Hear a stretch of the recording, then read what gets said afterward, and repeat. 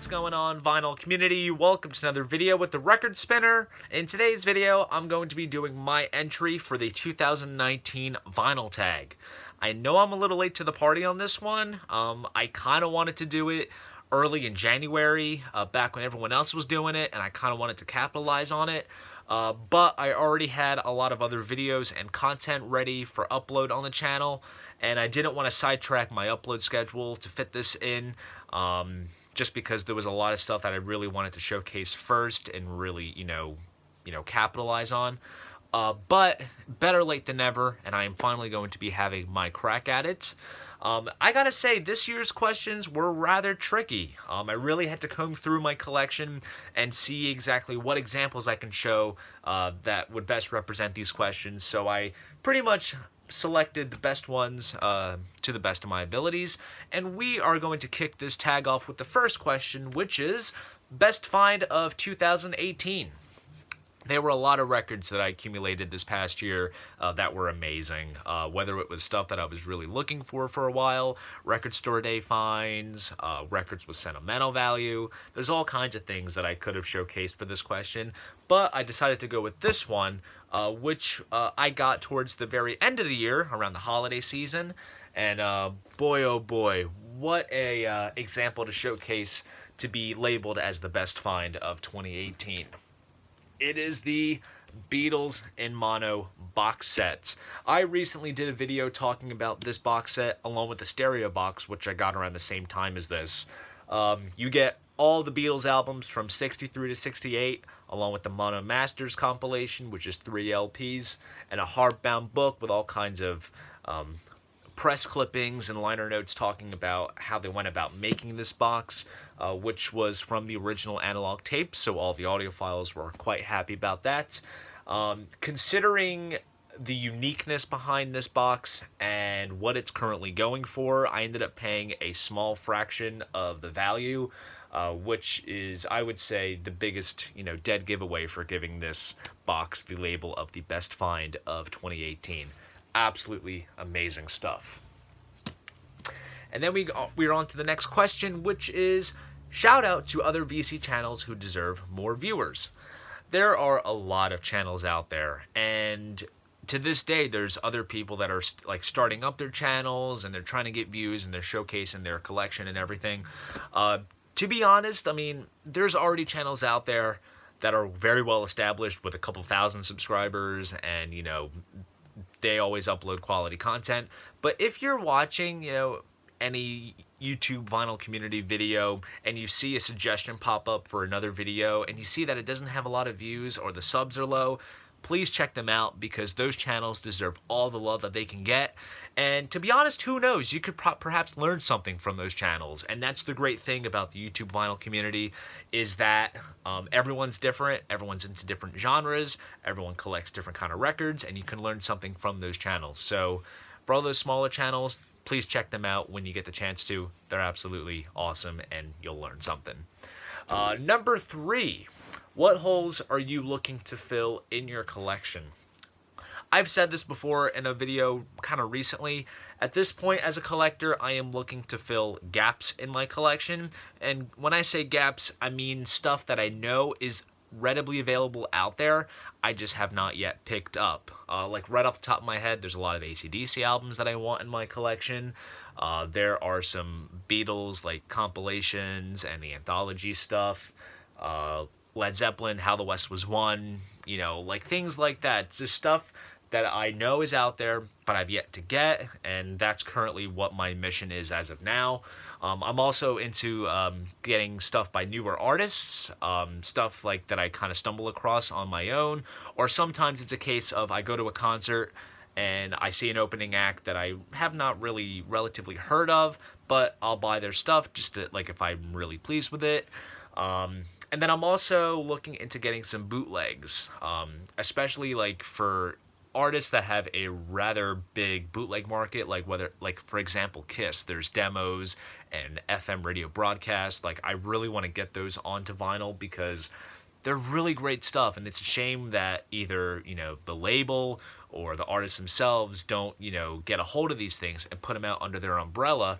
But I'm definitely looking into perhaps getting some bootlegs, because sometimes if they're packaged really nicely, you know, they could easily come across as official legit product. But that's currently what I'm looking for at the moment in my collection.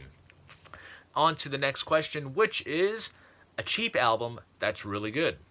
I took this as an album that you can readily find in dollar bins and just about anywhere for a very cheap price, because they were pressed up in mass quantities, or it sold, you know, millions back then. I opted for Styx, The Grand Illusion. You get so many amazing tracks on this album. You get the title track, Grand Illusion, Fooling Yourself, Come Sail Away, of course, Miss America, Man in the Wilderness. I would say it would be rather easy to spot a copy of this, but if you can spot a cheap copy of it, double check to see if it comes with the very nifty, amazing poster that came with the original pressing. But yes, that is my example of a cheap album that is very, very good. And now we are on to the next question, which is your favorite side project album. This was kind of very easy. This is a newer record that came out, I believe, in 2017. This is Kurt Vile and Courtney Barnett, Lotta Sea Lice. Two amazing solo musicians joined forces together for this one album, and they did a I think it was like a one US leg tour, which unfortunately I missed, because at the same night that they were playing in Philadelphia at the Tower Theater, I was at the Merriam Theater seeing King Crimson. I love this record so much. There's songs that they both wrote individually, stuff that they co-wrote together. They even cover each other's songs, and then they sing together on some. I mean, this is such a wonderful side project album. And yeah, like I said, one album, one small tour, and that was it. And then they went back to doing their own stuff. Maybe they'll do some other subsequent collaboration albums, but until then, this stands as my favorite side project album. And off to the next question, which is a song from an artist/band that is uncharacteristic in their catalog. With this record here, I think there's a lot of examples that you can choose in terms of uncharacteristic songs, because this album was radically different compared to their classic sound that they have established. I went for Led Zeppelin, In Through the Outdoor. Hot Dog, for example, which is like a rockabilly kind of Elvis Presley, Ricky Nelson kind of song. It kind of stands out like a sore thumb. And surprisingly, like out of all the songs on this album, Hot Dog was one of the ones that they played live regularly from '79 to 1980. So that was a rather interesting track on this, and that is my pick for an uncharacteristic song on a in a band's catalog. Up next, the next question is the last album you purchased. I picked this up at the store that I work at, and I was kind of feeling the Metallica blood for some reason. I think it was because I just recently played Injustice for All, and I wanted to get the other albums that I surprisingly did not have, which then again feeds to my theory of filling up gaps. This is Master of Puppets. Absolutely phenomenal thrash metal record, and one of Metallica's finest. You get the title track on here, Battery, Damage Incorporated, The Thing That Should Not Be. This is a recent reissue done by Blackened Recordings, which is their own label. And it's also the remaster version done by Chris Bellman, pressed at Palace. This is a wonderful, wonderful record, and I am excited to give this a spin. On to the next question, which is a great album with a bad cover. This is when the question started to get really interesting, and I really had to classify what was a bad cover. I mean, there's some bad covers which come across as really cool, like aesthetic-wise or, you know, niche-wise, but I had to pick this album here. This is Black Sabbath's Technical Ecstasy. I would say in general, this is a rather good album. Out of the later Ozzy stuff, like, that's kind of generally bad. Like, pretty much from this album onwards, it was kind of somewhat downhill Never Say Die being perhaps the lowest point. But I would say this is a generally good album because you have Backstreet Kids, which is a good rockin' tune, Rock and Roll Doctor, Dirty Women, which is probably the staple track on this. It's Alright, Bill Ward's shining moment as a vocalist. I mean, this is a rather good record. But the cover has a lot to be desired. It is essentially, I think Ozzy said this once, it's two robots on an escalator getting down to it. If you can't really catch that. I mean, it is what it is. I mean, they could have picked something a little better to maybe match the name of the album, but I don't know. I don't know what they were thinking. So that's my entry for a great album with a bad cover. And then on to perhaps the hardest question to answer here, which is a bad album with a cool cover. And that's tricky because why would I have a bad album if it's bad? I mean, actually, no, I take that back. I can show you a bad album with a bad cover, but in terms of a bad album with a cool cover, that was very, very hard. I mean, this album is just plain bad. On to the next question, which is a blues album. Relatively easy. This was actually one of the ones that just clicked right away, and I knew exactly what I was going to showcase. Jimi Hendrix Blues. This is a 2 LP set of some classic blues numbers that he does, and some, highlights from his catalog that really showcase his blues influence.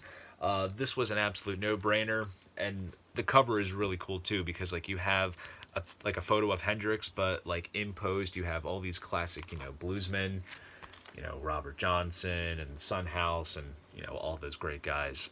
So that's my entry for a blues album. Now on to the next question, which is an earworm song. Songs that generally kind of catch your ear and they kind of stay stuck in there. I decided to pick this. This is a relatively new record, and this is a band that I've mentioned many times here on this channel. It is a track off of the newest Ghost record called Brickell.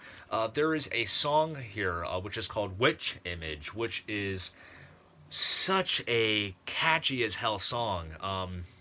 The chorus goes, while you sleep in earthly delight, someone's flesh is rotting tonight. As soon as I hear this song, that chorus is stuck in my head. It has such a good hook, the chorus. And it's funny because at the time when this came out, I started working for Books A Million, and I would shelve books while singing "While You Sleep in Earthly Delight." Every time I hear it, it gets stuck in my head. I mean, as such a vile lyric can have such a catchy melody to it. So that's my pick of an earworm song. Next question. A historically important artist. Everyone is probably going to pick Beatles and Zeppelin and David Bowie and everything, but I decided to take the more progressive approach, considering that a lot of my viewers out there know that I do have a love for progressive rock, and I decided to pick this artist here, and when I show the cover, you'll know exactly who I'm talking about.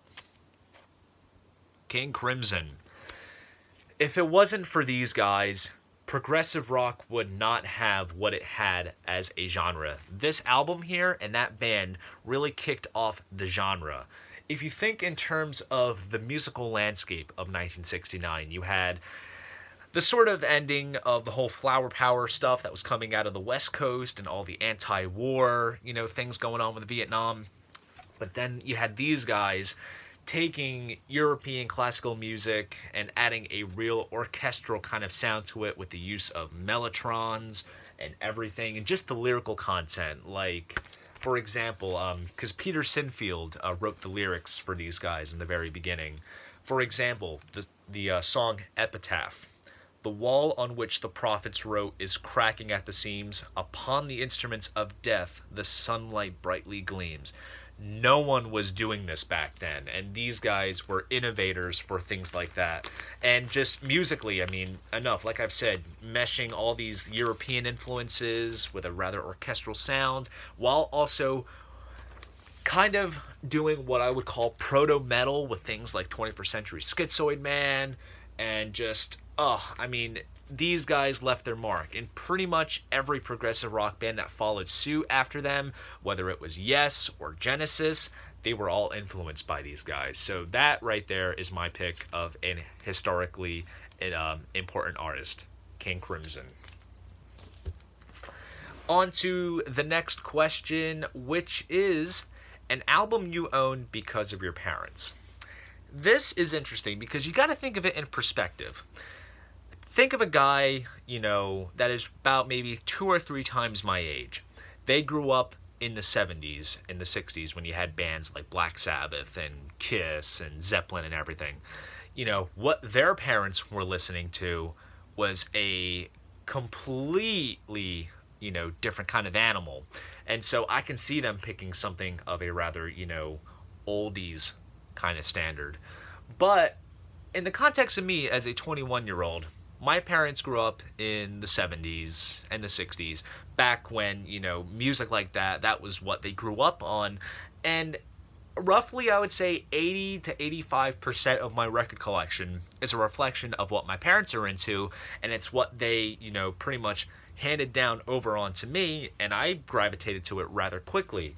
So a lot of the records in my collection I own because of my parents, but I decided to pick this album here because I think this was a huge indicator of what I would then get into thanks to my mom and dad, and that is Genesis, A Trick of the Tail. I remember my dad, back then he had this blue truck that had a tape deck, but he had a lot of CDs, so he would transfer his CDs to tape. And he had a tape with this album on it. And I think the A side was Trick of the Tail, and then the B side was Genesis Live. The first track on this, Dance on a Volcano, blew my young, still evolving mind as a kid. It is such a grand album opener, and then the very, like, the ending part when they go into that jazzy fusion section, I mean, that just set me on a path, and that's why Genesis is probably maybe my favorite progressive rock band. And this album I got into thanks to my parents. Absolutely love this record, Trick of the Tail. Next question, which is best dollar bin find.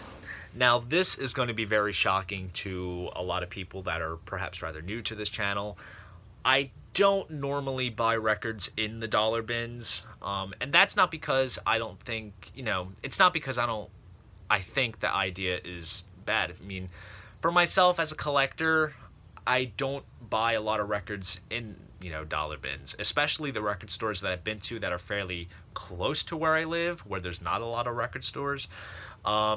It's a lot of ratty albums with, you know, dented up, you know, covers with no sleeves, and the records are in kind of shoddy shape, and they're trying to give them off for a couple bucks. I mean, I get it. I mean, I don't ridicule people that are into that. It's just not for me as a collector. It really is not. So, like, if you're watching this and you do dollar bin stuff, that is totally fine. It's just not for me. But I did not want this question being left unanswered, so I decided to pick a record that I bought that I got for one single figure, and this is one that I actually got recently, dropped on Amazon to an astonishingly low price. The price alone was low, but then they were like, oh, you can get 10% off this, and I'm just like, hell yeah. This is the Red Hot Chili Peppers Greatest Hits. You can't go wrong. It's all the Chili Peppers Greatest Hits. Not a huge fan of this band. I mean, I don't own, like, albums by them, but I know the hits. I mean, from radio, and I also grew up with listening to the Californication CD back when I was a kid because my parents were into it. I got this for $8. And for a 2 LP set, mastered by Chris Bellman, pressed at Palace, the best $8 I think I've ever spent. So that is my pick for a dollar bin find. Chili Peppers Greatest Hits. Up next, favorite double album. No brainer. Kiss Alive, the best live album of all time.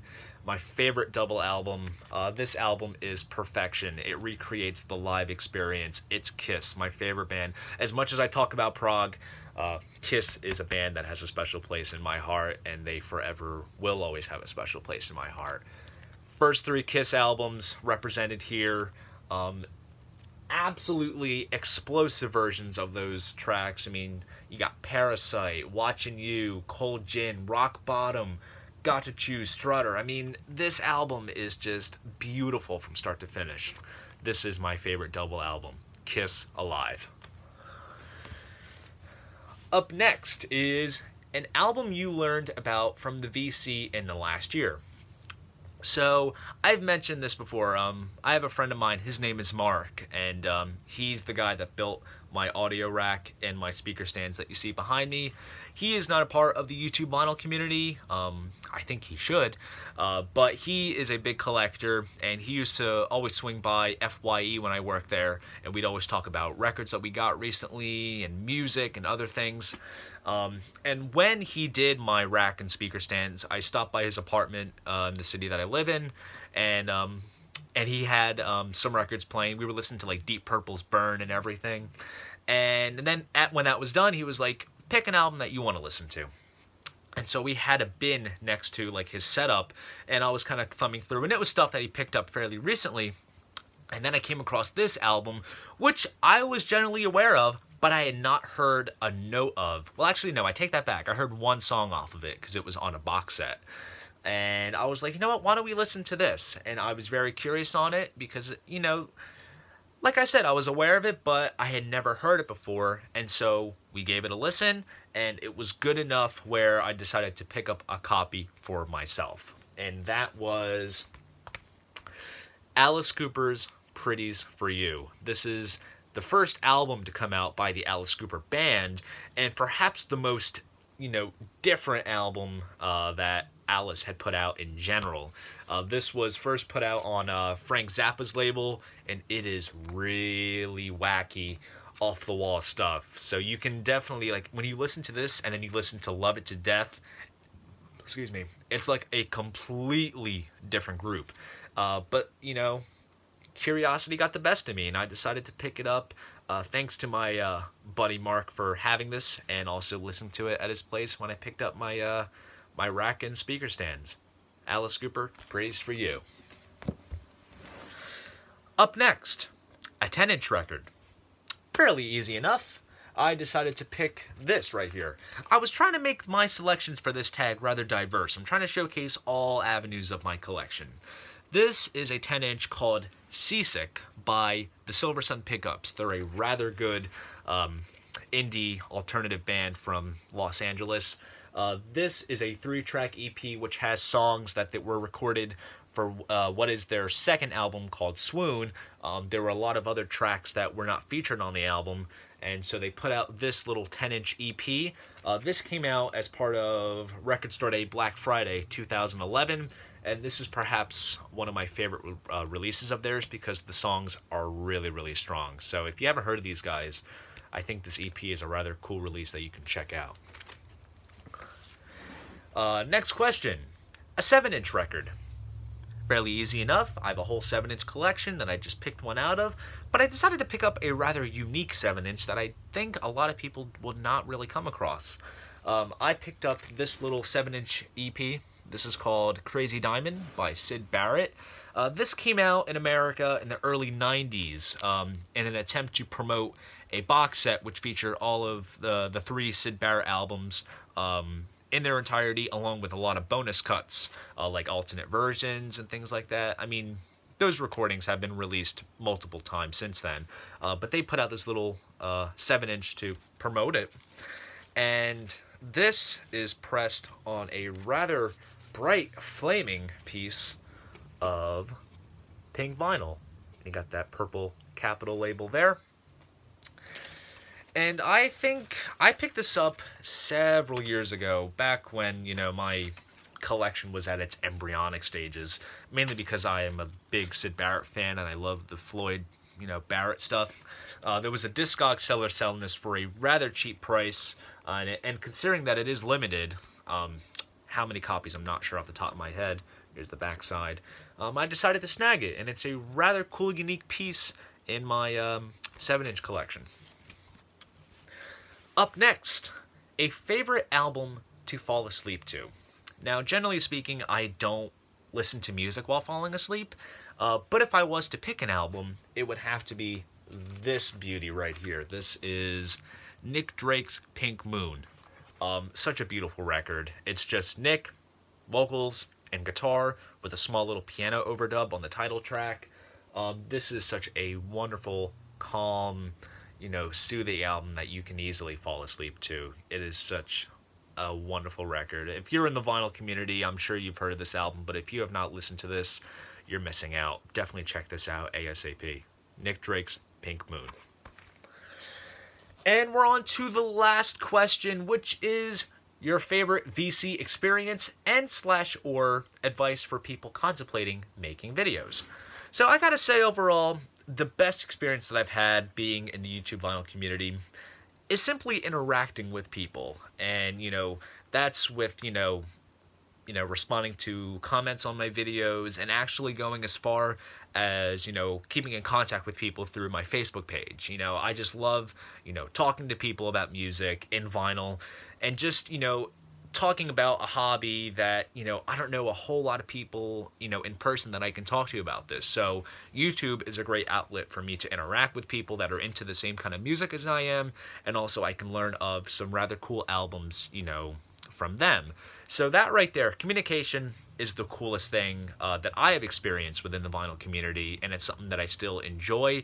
I know recently, I have not really been responsive in the comment section, but to all my fellow viewers and subscribers that leave comments like every week, I do read them. It's just, with my work schedule and everything, I just don't have the time to sit down and respond to everyone, but I do see them, and it does mean a lot.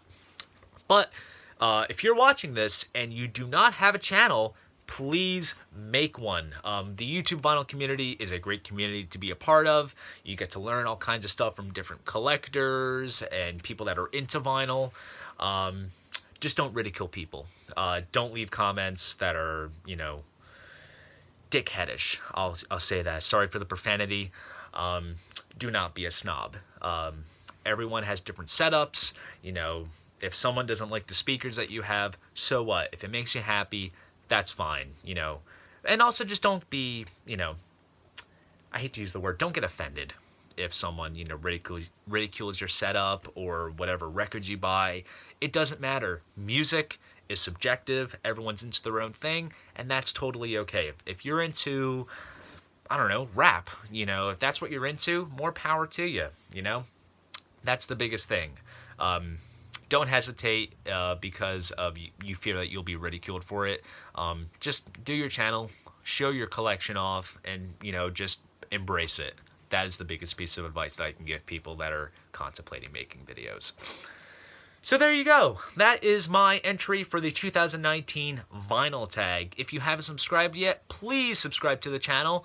And if you're watching this and you have a vinyl YouTube channel and you haven't done this tag, here, I'm tagging you. Tagging you right now. If you enjoyed this video, please give it a like, and like I said, subscribe to the channel. See you guys in the next video, and most importantly, keep the record spinning.